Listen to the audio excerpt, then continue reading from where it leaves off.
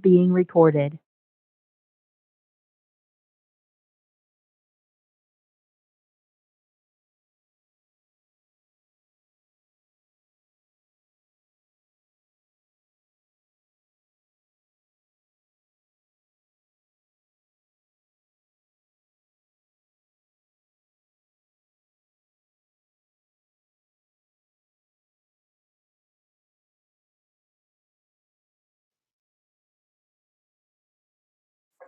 Hello, we appreciate you joining early. The broadcast will begin in a few moments.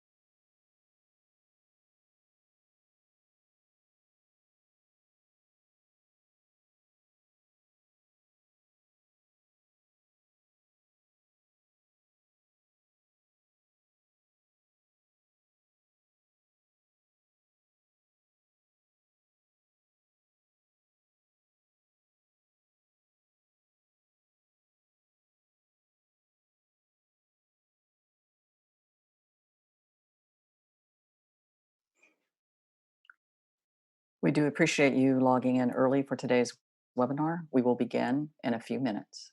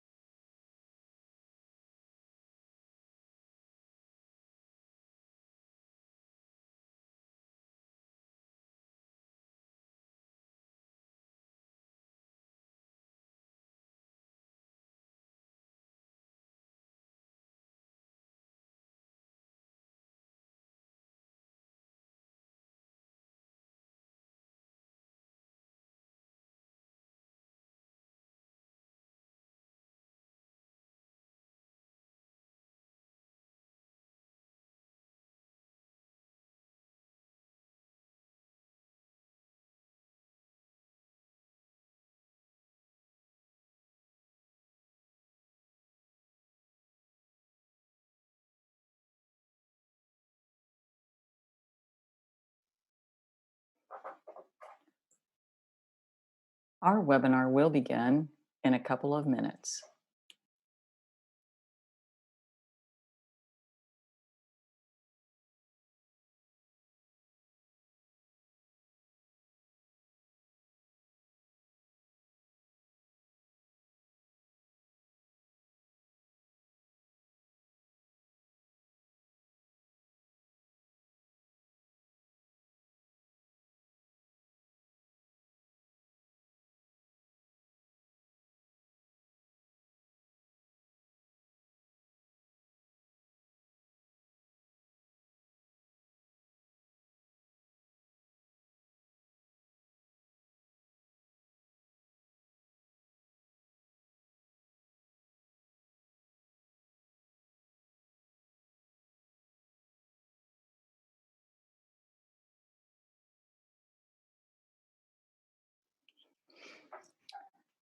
Thank you, everyone, for joining. We appreciate you logging in. We're going to give it about one more minute as we have a number of attendees still coming into the meeting.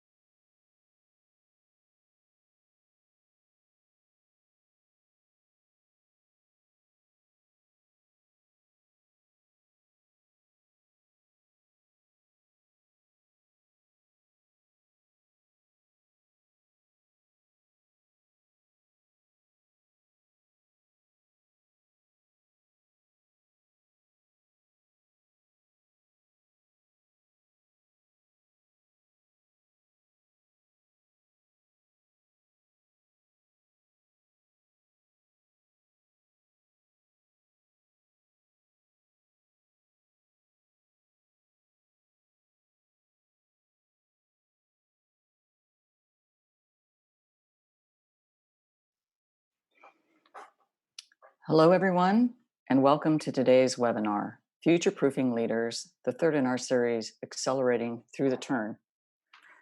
When you logged in, you were connected by default through your computer audio.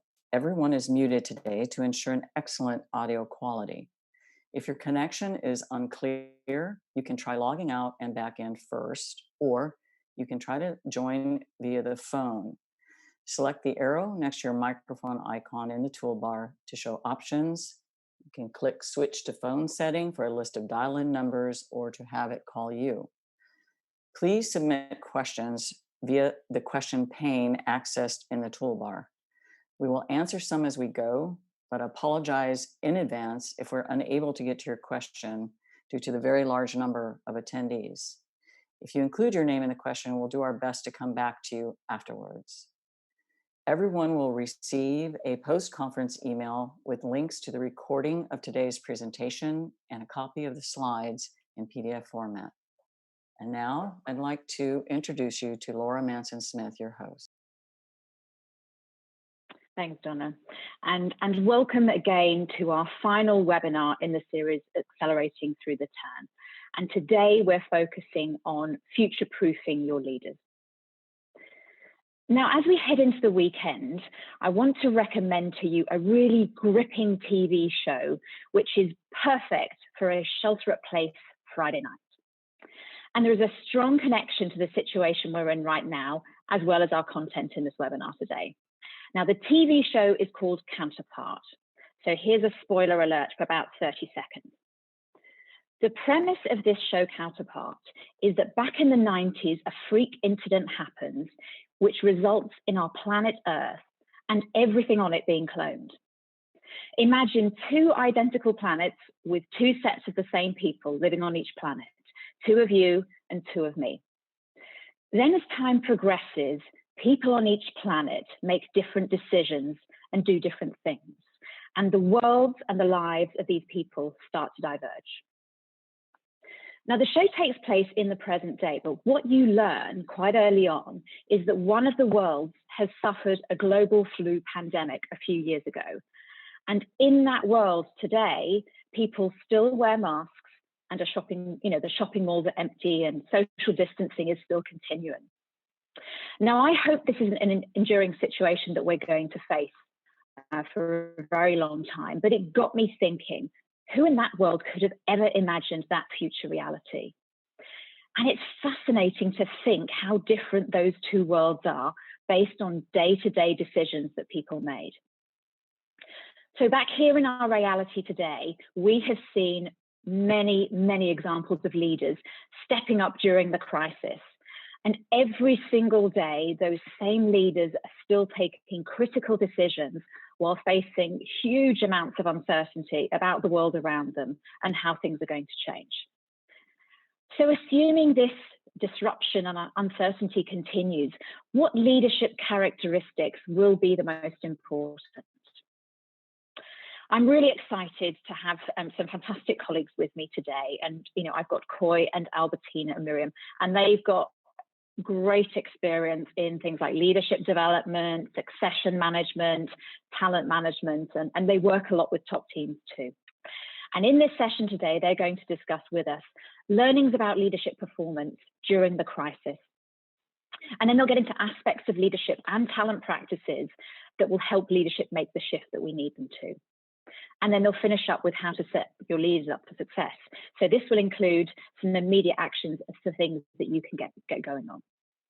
But before we get into that, I'm delighted again to hand over to our CEO, Gary Burnison. We're talking about future-proofing leaders. I mean, the future's right now. There's going to be more change in the next couple years than probably in the last 20 years. And, at the beginning of a crisis, it's fine to go into command control and kind of a top-down leadership style. I certainly did that weeks ago. But looking out now, you need the opposite. You need a bottom-up leader.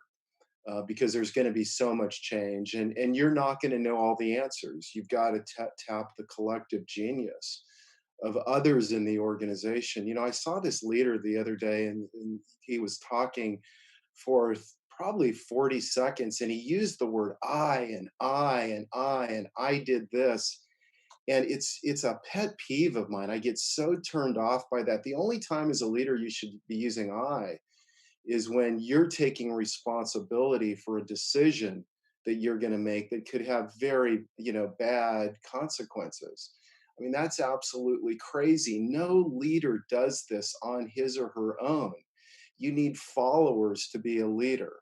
And so, where there's so much change and so much uncertainty and ambiguity fills the air, the only way to find true north is to have bottom up leadership. It can't be meadership.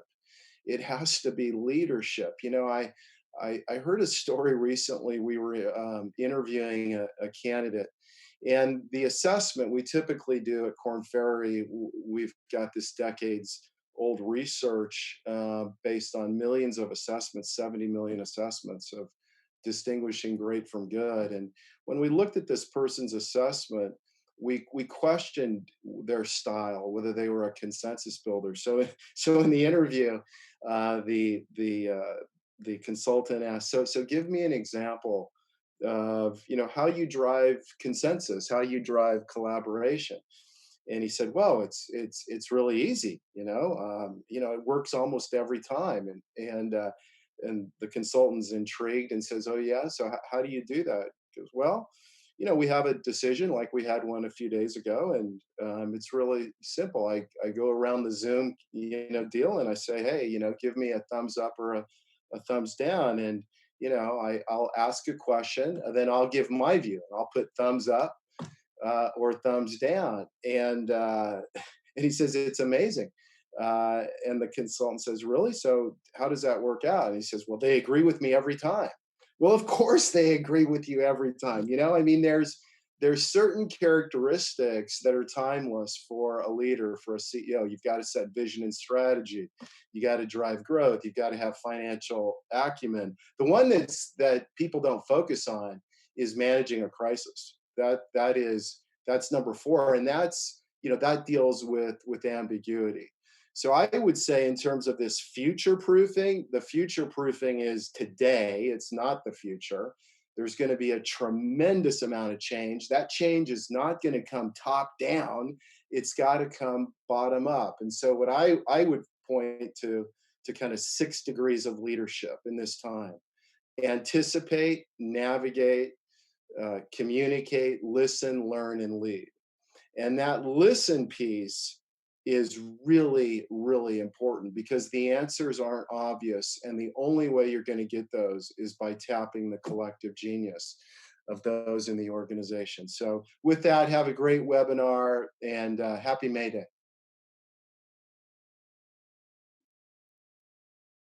Thank you, Gary. A few real highlights there as we listen to you. The future is indeed now, and it feels like the world has at some level been turned upside down. COVID-19 has been a huge disruption. It's caused stress to many people, communities, as well as to the economy and business. And as Gary alluded to, it's a situation that is filled with continued uncertainty. Changes are fast, volatile. There are no easy answers and too many tough trade-offs. Perhaps most of all, it's become clear that the conventional and established ways of working no longer apply. Some of the core assumptions that we have about how the world works and our mental models of it have been upended and rendered obsolete in a matter of months. Business is far from being usual. So a couple of reflections on this, and to build on what Gary has said. A top-down response has some merit, but it also has its limitations, especially as this situation evolves. Leaders cannot answer every question. They cannot foresee every eventuality, nor manage every situation. And certainly not in a direct command and control approach. Gary spoke of unleashing the collective genius bottom up in the organization.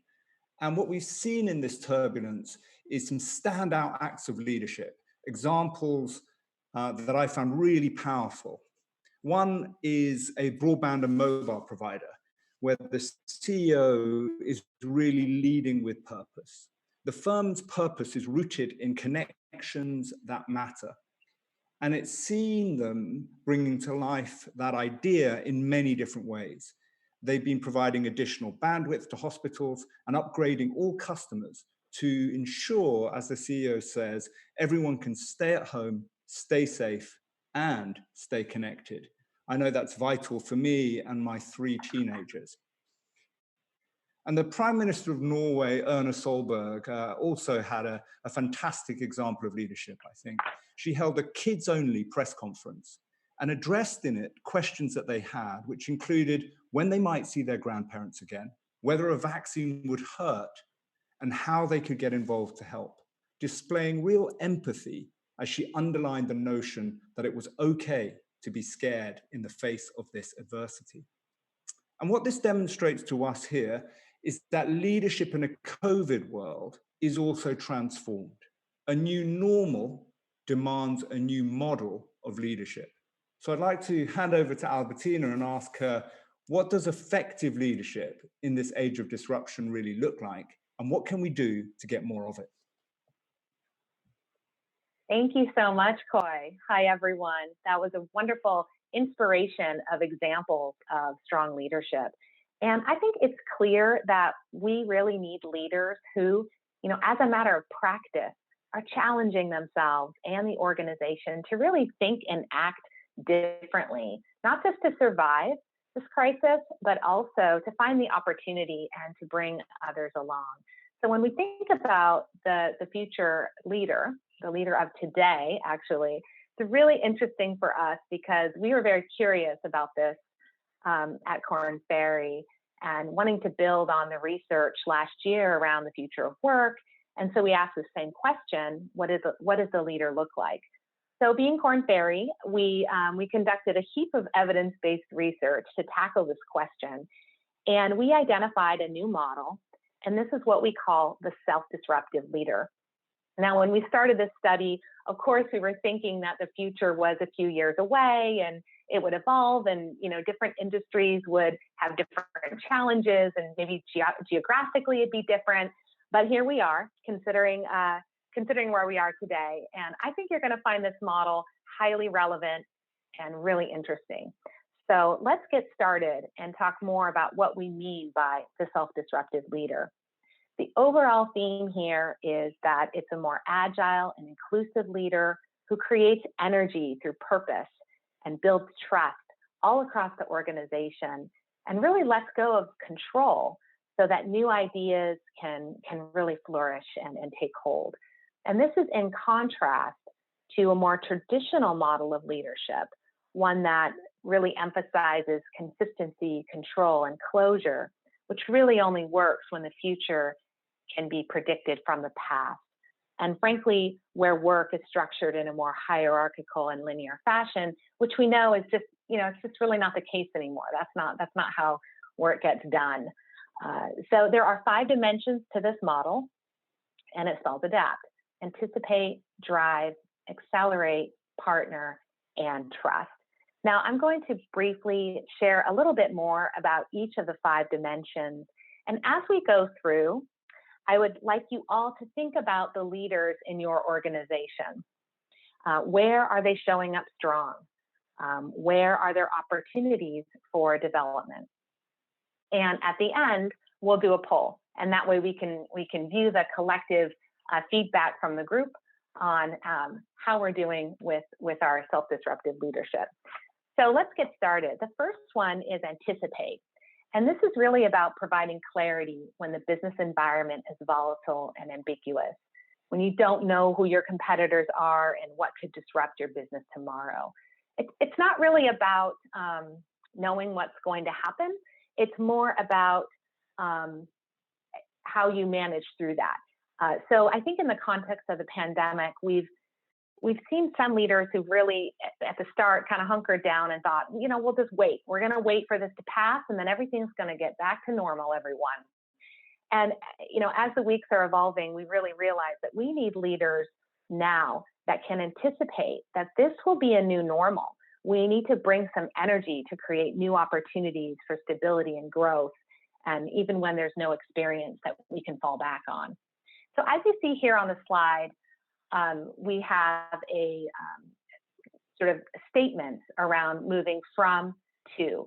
So to is kind of what we're aiming for in terms of self-disruptive leader. And you can see these are mindsets.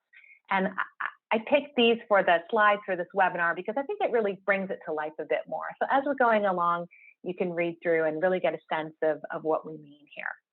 The next one is drive. Now, drive, if you think of the word, you might be thinking of, oh, drive, you got to push really hard and, you know, have lots of deadlines and everyone's got to be really busy. And that's really not what we mean here. We mean drive in a different way.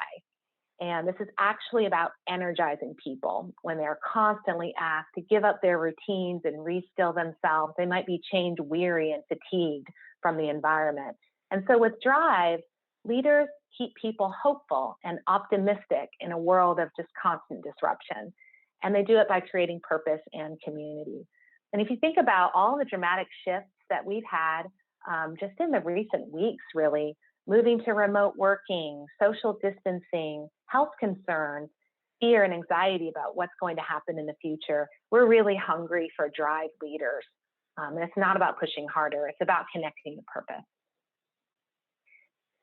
For accelerate, I don't think,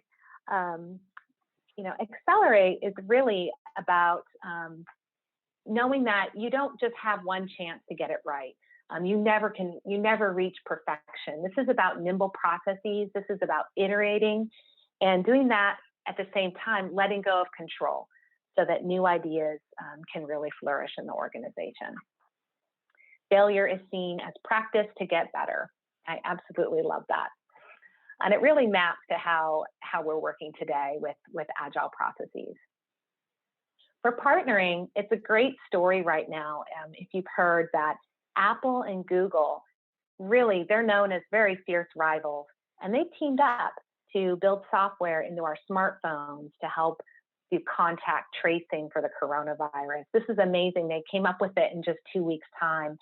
And this is really the kind of leadership that we need in a crisis, to scan beyond your periphery, scan beyond your ecosystem even, and in your own organization. Look in the peripheries, look to other organizations, even nonprofits and for-profit and education, and really look for those areas of sources for innovation and to solve problems.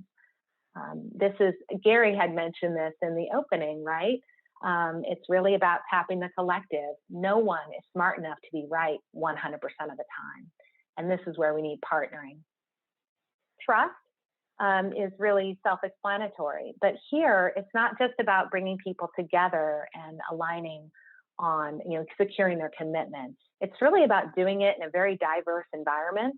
Workplaces have become much more diverse, and people want to be recognized for their own purpose, ambitions, and self-expression. And I actually think this is my favorite mindset shift of all. And so it's a nice one to end on for me. And that's that differences do not divide people. The inability to recognize them does. So I want to leave you with that. And there you have it in a nutshell. This is a self-disruptive leader and our ADAPT model. And hopefully that sparks some new thinking around how you're viewing leadership in your organization. So why don't we shift to the poll now? I think this will be fun. We've got thousands of you on the line, and I want you to think about the leaders in your organization and select, let's say the top, 1, 2, or 3, maybe not more than 3. So we get some opinions here on where you're showing up strongest. Where are the leaders showing up strongest in your organization? Under anticipate, drive, accelerate, partner, and trust. And what I want you to remember here is that, the words, of course, when you say have it as one word, we all have a meaning associated behind that. And I want you to remember that anticipate, it's about rapid action. It's about providing clarity. It's not just about knowing what's going to happen. It's providing clarity for others. And drive, it is moving forward, but in a different way, right? It's about purpose and energy and moving people in the right direction. So they want to move in that direction. You're not just telling them. And then, of course, accelerate. It's not just go fast. It's doing it in a different way as well. So let's see the results. Let's see where we've come up here. Okay, very interesting. We've got very, you can see that on your screen here. Coming in highest is drive. That's wonderful, connecting with purpose. Love that. Anticipate coming up next, and actually pretty close between anticipate, partner, and trust, and accelerate. Very interesting. I was expecting, actually, I thought that partner would be higher. Maybe that'll come up in the second question. So the next question that we have in the poll is the flip side. So let's look at where would you like to see more of in your leaders. Think about the 5 areas: anticipate, drive, accelerate, partner, and trust. You have it on your screen. Please vote. Again, not more than 3. And I want to mention here a fun fact that if you're wondering, how many leaders are self-disruptive in business today. And we actually did measure that as part of our study. We measured quite a few other things. We have a country score. You can go in and look at that after the webinar if you're interested. But we did measure supply. And it turns out it's pretty rare that leaders score really high on all 5. It's actually only 15%. So don't be too put off if you didn't tick all 5 here. And all right, we've got some of the results coming in here. And yeah, interesting. We've got trust being the highest that we would like our leaders to work on. And actually, it's I'll make the connection later, but this is one of the hot topics for development. So I'm glad that worked out in terms of your feedback. Wonderful. Well, thank you so much. And I'm going to turn it over. Actually, here's the fact on the 15%. So what we want to do in this webinar, in the next section, thinking about leadership and what it takes to be a self-disruptive leader in the background, we want to shift into that 85%, developing the 85%, as well as how do you get the most out of the 15% that are already self-disruptive leaders. And of course, in your organization, you're going to have a different mix, but we'll work with a global database here. So in the next part of the webinar, we're going to cover these topics from the lens of the organization as well as the individual. And what we want to do is really give you practical, tactical action items, information that you can use today.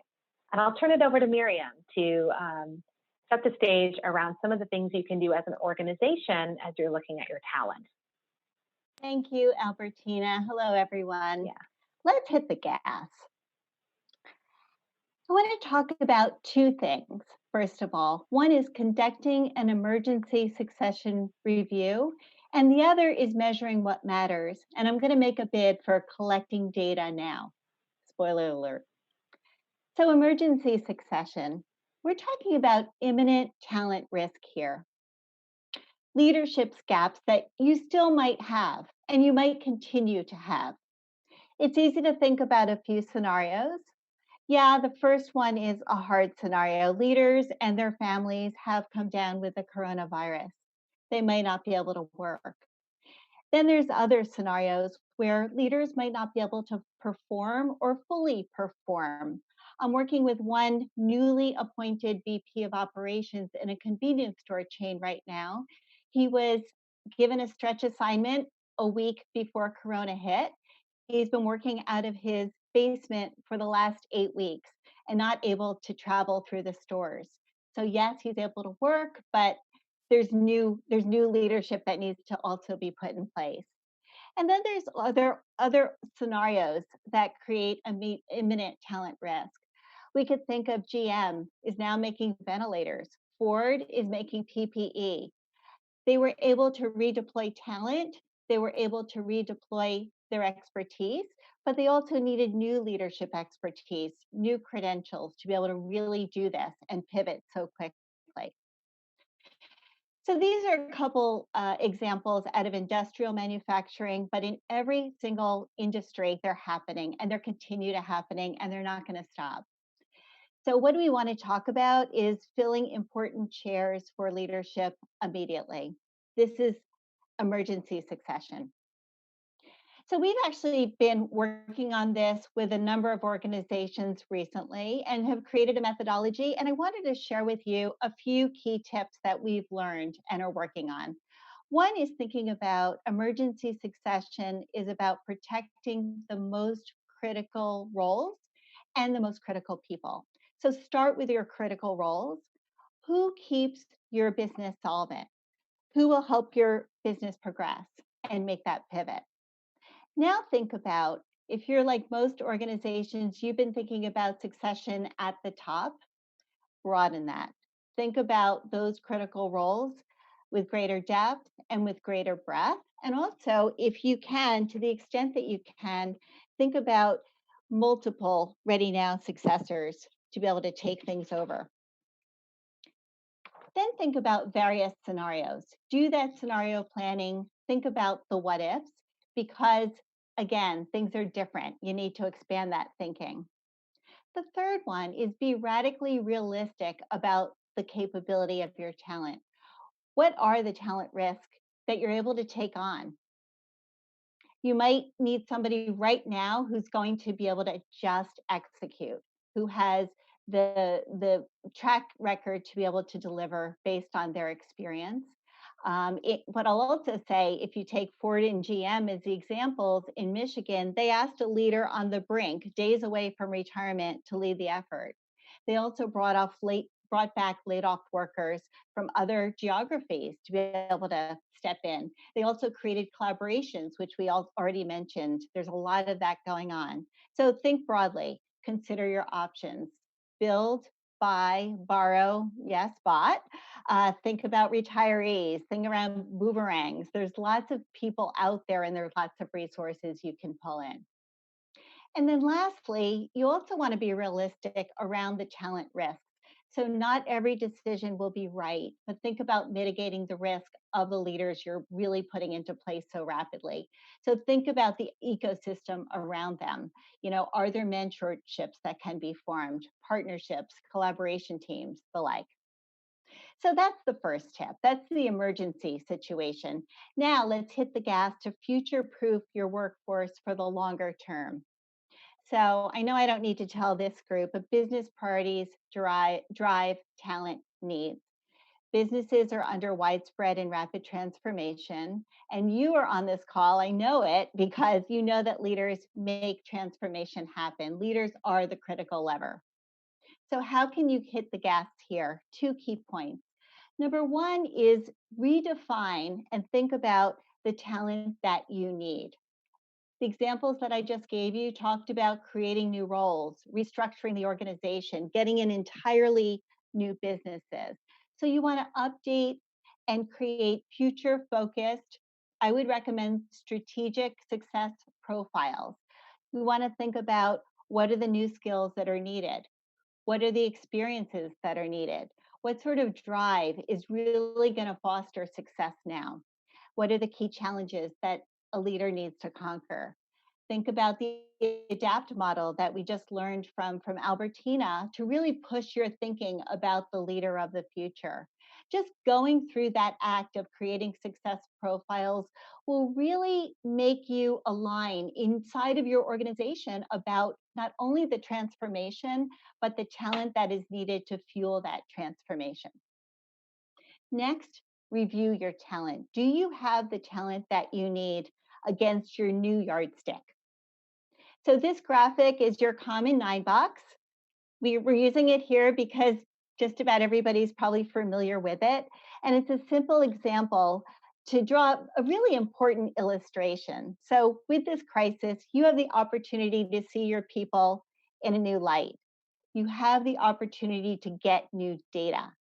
Partly, as I just mentioned, because the yardstick, what you need them to do, has changed, and partly because the crisis has challenged leaders in extraordinary ways. From the earlier webinar, we talked about transforming to performing. So you've seen your leaders work, right? Some have jumped in and figured out new solutions to new challenges. Others are just falling on their old playbooks. Some things are working, some things are not. People you thought of as your high potentials, as you see in this illustration, may be disappointing you. Your consistent stars from before might not be so consistent. You might have knew what were hidden gems that are now true stars, maybe even heroes. So here's my assignment for you. Gather this new data now before you lose it, while you're still in the moment. We're going to come out, but right now you're in the moment and you have access to it. So what does this mean? Use your formal and systematic methods: assessment, engagement pulses, customer data, business metrics. There's so much data, and it's new and it's fresh and it's here. And then there's informal ways. Walk around, gain insight, talk to your people. Talk to your people about how they're watching other people perform. There's a lot. And you might even, as we see other organizations, doing a quick talent review to really capture it, define it, make sure it's there for you. And I promise you, you will use that data for all sorts of talent reasons: for talking talent, for closing gaps, for stretch assignments, the list goes on. So in that spirit, I'd like to turn it over to Coy, who's going to talk to us about hitting the gas for your next 15% self-disruptive leaders. Coy? Thanks. And I suppose if as Miriam has advocated, you've identified the best talent for this new kind of world that we live in, and you've gathered that data, our view is you can act now by identifying your highest priority campaigns and ensuring you resource your most agile talent against them. The idea of aligning your top adaptive talent on these big priority projects is not new.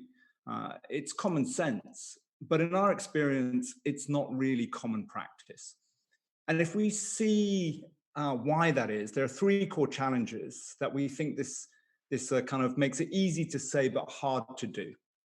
First up, individuals that are self-disruptive are by definition different. To think outside of the box, you may need people who don't traditionally fit inside it.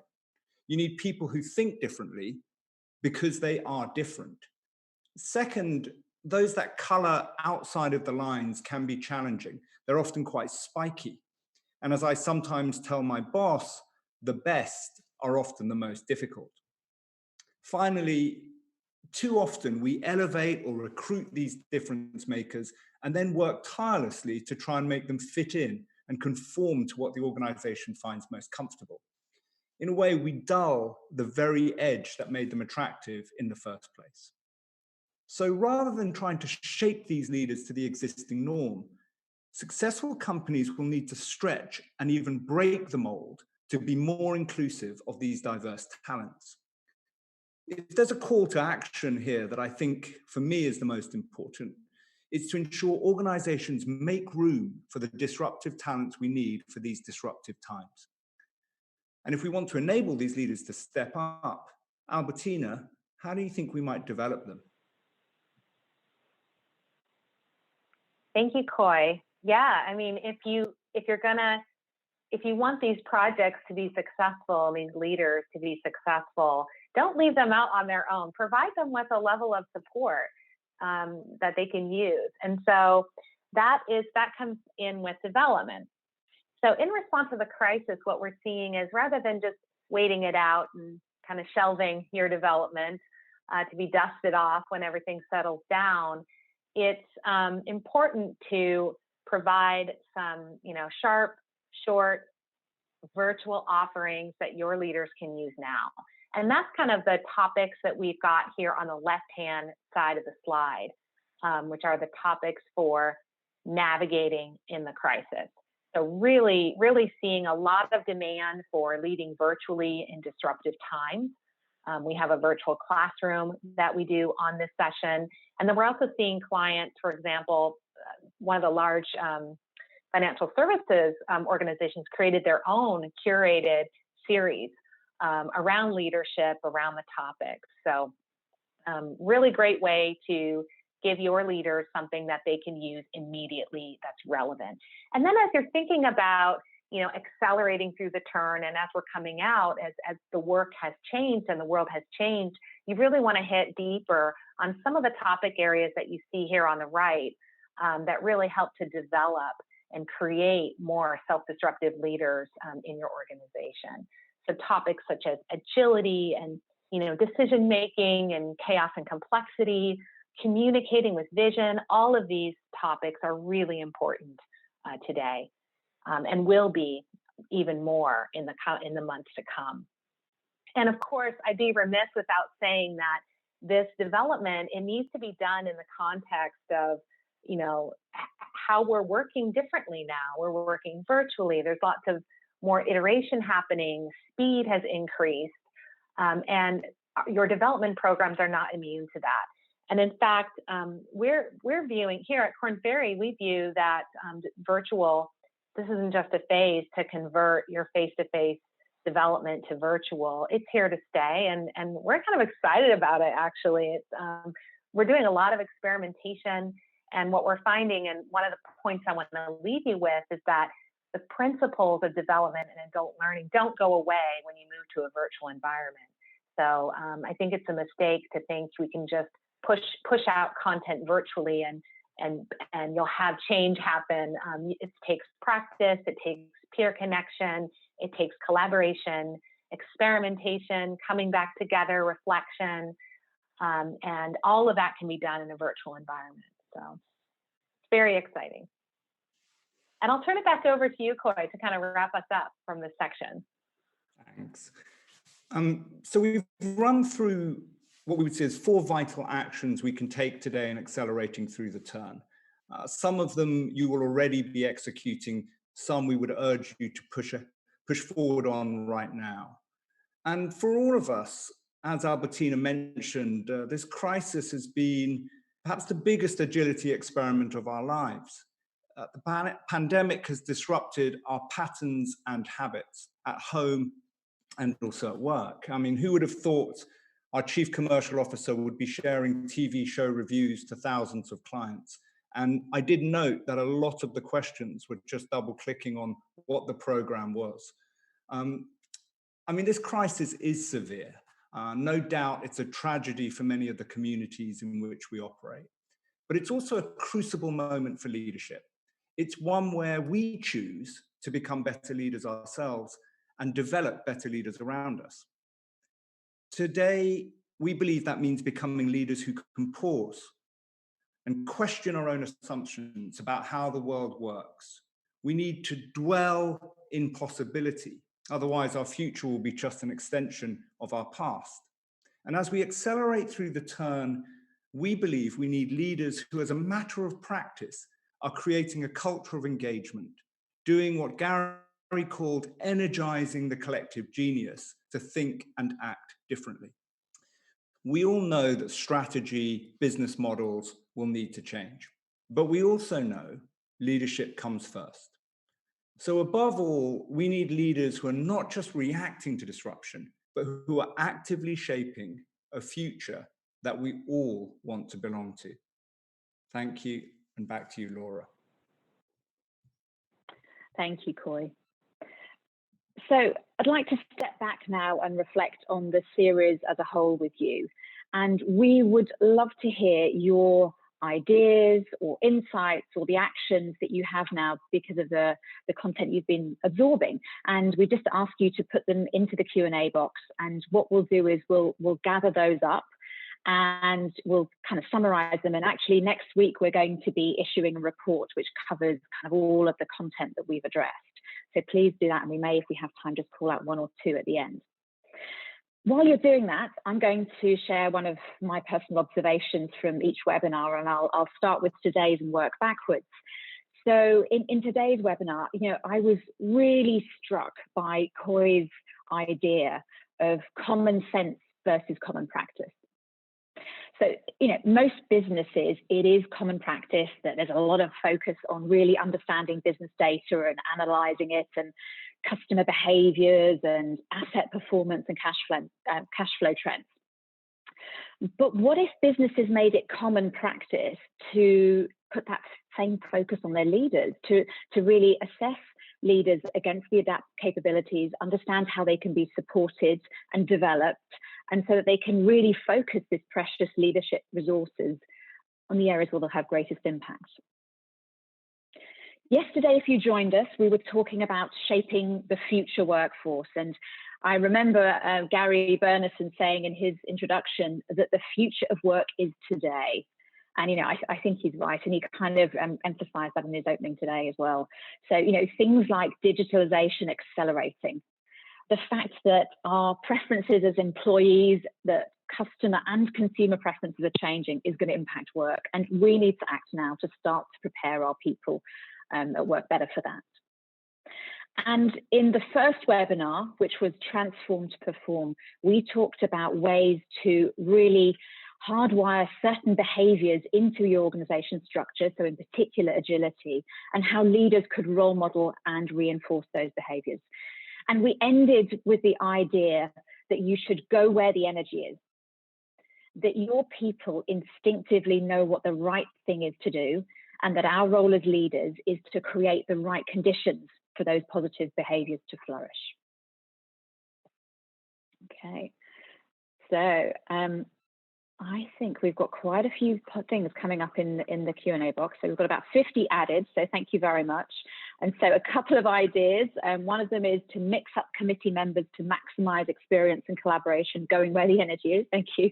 Looking for people who rise in this environment and how I'm imagining how they can be developed. So, you know, a lot of themes coming through there. But as I said, what we will do is we'll pull all of those together and make sure you get the benefit of that crowdsourcing activity there.